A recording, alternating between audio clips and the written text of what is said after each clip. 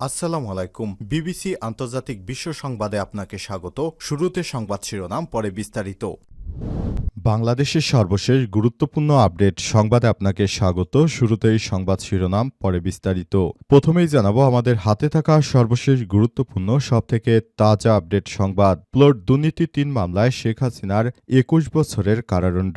রাজধানীর পূর্বাঞ্চলে প্লট দুর্নীতির অনিয়ম পৃথক ৩ মামলায় ক্ষমতাচ্যুত সাবেক প্রধানমন্ত্রীর ২১ বছরের কারাদণ্ড দিয়েছে আদালত। আজ ঢাকার বিশেষ জজ আদালত ৫-এর বিচারক মোহাম্মদ আবদুল আল মামুন এই রায় ঘোষণা করেছেন। এরপর জানাবো জয় এবং পুতুলের ৫ বছরের কারাদণ্ড। ক্ষমতার অপব্যবহার করে পূর্বাঞ্চলে রাজধানীর উন্নয়ন কর্তৃপক্ষের প্লট বরাদ্দ নেওয়ার অভিযোগে দায়ের করা ৩ মামলায় ক্ষমতাচ্যুত প্রধানমন্ত্রী শেখ হাসিনা সহ তার ছেলে মেয়ে ৩জনই কারাদণ্ড হয়েছে। জয় ও পুতুলকে যথাক্রমে ৫ বছরের কারাদণ্ড দেওয়া হয়েছে। এদিকে সিসিউতে নেওয়া হয়েছে খালেদা জিয়াকে। হাসপাতালে চিকিৎসাধীন বিএনপি চেয়ারপারসন খালেদা জিয়াকে কেবিন থেকে এবার কেয়ার করোনারি ইউনিট বা সিসিউতে স্থানান্তর করা হয়েছে। আজ বিএনপির মিডিয়া সেলের সদস্য সাইরুল কবির খান বিষয়টি নিশ্চিত করেছেন। জানাবো এবার বঙ্গোপসাগরে ভূমিকম্প, কেঁপে উঠল টেকনাফ। এবার বঙ্গোপসাগর এলাকায় আঘাত এনেছে ভূমিকম্প, যার প্রভাবে কেঁপে উঠেছে দেশের দক্ষিণাঞ্চলীয় জেলার কক্সবাজারের টেকনাফ। দিবাগত রাত ৩টা ২৯ দক্ষিণ বঙ্গোপসাগর এলাকায় এই ভূমিকম্প অনুভূত হয়। এবং সর্বশেষ জানাবো সোমবার থেকে কমপ্লিট শাটডাউনে যাওয়ার ঘোষণা উচ্চ মাধ্যমিক শিক্ষকদের। ১০ম গ্রেড থেকে ৯ম গ্রেডে উন্নীতকরণ না হলে আগামী সোমবার ১ ডিসেম্বর থেকে কমপ্লিট শাটডাউনে যাওয়ার ঘোষণা দিয়েছে উচ্চ মাধ্যমিকের শিক্ষকরা। আজ নভেম্বর সকালে শিক্ষা ভবনের সামনে বাংলাদেশ মাধ্যমিক শিক্ষক সমিতির ব্যানারে এই অবস্থান নিয়ে এই কর্মসূচির ঘোষণা দিয়েছেন তারা। প্রিয় দর্শক, এতক্ষণ শুনছিলেন সংবাদ শিরোনাম, এবারে বিস্তারিত। তবে তার আগে বন্ধুরা অনুরোধ থাকবে সংবাদটিতে একটি লাইক দিন। এই চ্যানেলে আপনি নতুন হয়ে থাকলে আমাদের সংবাদটি দেখতে দেখতে চ্যানেলটি সাবস্ক্রাইব করে রাখুন। কমেন্ট করে বন্ধুরা আপনার মূল্যবান মতামত জানিয়ে দিন আপনি বিশ্বের কোন দেশ থেকে বা বাংলাদেশের কোন স্থান থেকে আমাদের সংবাদটি দেখছেন এবং শুনছেন। আর বন্ধুরা, গাজা যুদ্ধে আপনি যদি নিরীহ ফিলিস্তিনিদের ভালোবেসে থাকেন কমেন্টে ইয়েস লিখে বিশ্ববাসীকে জানিয়ে দিন। এবারে বিস্তারিত। প্লট দুর্নীতি ৩ মামলায় শেখ হাসিনার ২১ বছরের কারাদণ্ড।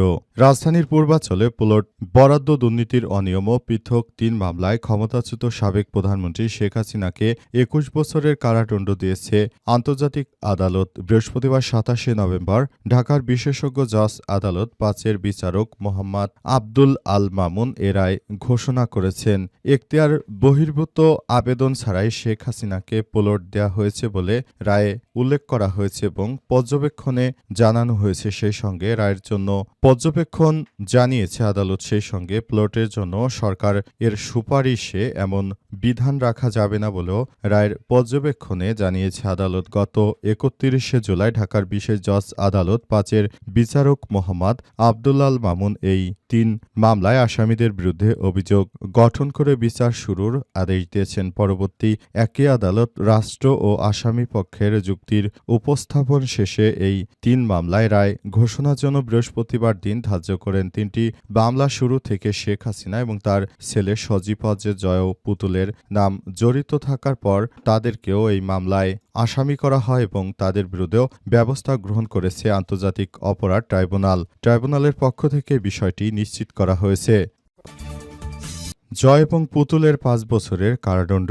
ক্ষমতাচ্যুত শেখ হাসিনা ছেলে মেয়ের উভয়ের ৫ বছর করে কারাদণ্ড দিয়েছে আন্তর্জাতিক অপরাধ ট্রাইব্যুনাল। ক্ষমতার অপব্যবহার করে পূর্বাঞ্চলে রাজধানীর উন্নয়ন কর্তৃপক্ষর প্লট বরাদ্দ নেওয়ার অভিযোগে দায়ের করা ৩ মামলায় গণঅভ্যুত্থানে ক্ষমতাচ্যুত প্রধানমন্ত্রী হাসিনার ২১ বছরের কারাদণ্ড এবং তার ছেলে ও মেয়েকে ৫ বছর করে কারাদণ্ড দেওয়া হয়েছে। একই সঙ্গে তাদের ১ লক্ষ টাকা পর্যন্ত অর্থদণ্ড দেওয়া হয়েছে। বৃহস্পতিবার ২৭শে নভেম্বর ঢাকার বিশেষ জজ আদালত ৫ 5-এর বিচারক মোহাম্মদ আব্দুল্লাল মামুন এই রায় ঘোষণা করেছেন এবং এখতিয়ার বহির্ভূত আবেদন ছাড়াই শেখ হাসিনার পরিবারকে প্লট দেওয়া হয়েছে বলে রায়ের পর্যবেক্ষণ জানিয়েছে। সেই সঙ্গে প্লটের জন্য সরকার সুপারিশ করবে এমন বিধান রাখা যাবে না বলেও রায়ের পর্যবেক্ষণে জানিয়েছে আদালত। গত 31শে জুলাই ঢাকার বিশেষ জজ আদালত 5-এর বিচারক মোহাম্মদ আব্দুল্লাল মামুন এই 3 মামলার আসামিদের বিরুদ্ধে অভিযোগ গঠন করে বিচার শুরুর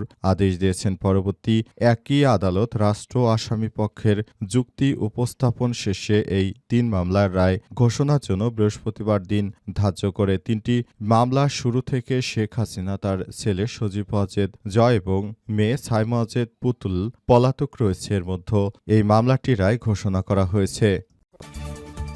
সিসিউতে নেওয়া হয়েছে খালেদা জিয়াকে। হাসপাতালে চিকিৎসাধীন বিএনপির চেয়ারপারসন বেগম খালেদা জিয়াকে করোনারি কেয়ার ইউনিট বা সিসিউতে স্থানান্তর করা হয়েছে। বৃহস্পতিবার বিএনপির মিডিয়া সেলের সদস্য সাইরুল কবির খান বিষয়টি নিশ্চিত করেছেন। সাইরুল কবির খান জানিয়েছেন, দুপুরে গুলশানে এভারকেয়ার হাসপাতালে যান বিএনপির চেয়ারপারসনের ব্যক্তিগত চিকিৎসক ও দলের স্থায়ী কমিটির সদস্য অধ্যাপক ড এজেএম জাহিদ হোসেন। তিনি চেয়ারপারসনের চিকিৎসা ব্যবস্থাপনায় যুক্ত বিশেষ মেডিকেল বোর্ডের সঙ্গে আলাপ করেছেন। সেখান থেকে তিনি জানিয়েছেন, বিএনপির চেয়ারপারসনের শারীরিক অবস্থা আগের থেকে কিছুটা ভালো হয়েছে এবং তাকে আইসিইউ থেকে সিসিইউতে আবার হস্তান্তর করা হয়েছে। বর্তমানে তিনি চিকিৎসাধীন অবস্থায় রয়েছেন এবং তিনি এখন আগের থেকে একটু ভালো অবস্থানে রয়েছেন বলে তার ব্যক্তিগত চিকিৎসক বিষয়টি নিশ্চিত করেছে। এই ঘটনার পরপরই পুরো পরিস্থিতি একদম থমকে গেছে। বিএনপির পক্ষ থেকে বলা হয়েছে, এই ধরনের কোনো ঘটনা তাদের ম্যাডামের মনোবলকে ভাঙতে পারবে না, কারণ তিনি দীর্ঘদিন ধরে অসুস্থ অবস্থায় হাসপাতালে ভর্তি থাকলেও তিনি কখনোই দেশ ছেড়ে পালিয়ে যাননি শেখ হাসিনার মতো। তাই বলা যায়, বিএনপির চেয়ারপারসন বেগম খালেদা জিয়া তিনি দেশের জন্য সব সময় কাজ করেছেন এবং আগামীতেও তিনি ভালো হয়ে সুস্থ হয়ে আগামী নির্বাচনে তিনি দেশের জন্য আবারও কাজ করতে চান এবং এই কাজ করার মাধ্যমে তিনি বাংলাদেশটাকে আরও ভালো অবস্থানে নিয়ে যাওয়ার জন্য তিনি সর্বোচ্চ প্রচেষ্টা চালিয়ে যাচ্ছেন বিএনপির চেয়ারপারসন বেগম খালেদা জিয়া।